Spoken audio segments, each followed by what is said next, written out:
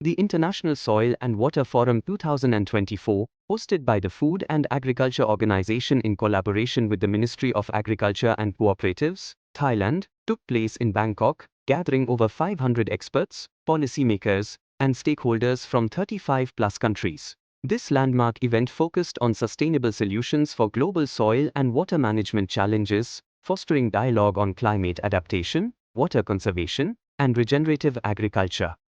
We actively contributed to conversations on water governance, climate-smart agriculture, and the role of digital advisory tools for smallholder farmers.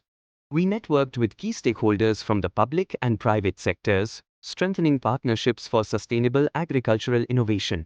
We shared real-world case studies from Pakistan, emphasizing scalable, farmer-centric approaches to combat climate change.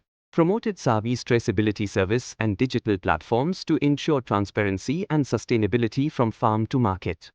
Explored opportunities for policy advocacy and sustainable financing for smallholder farmers.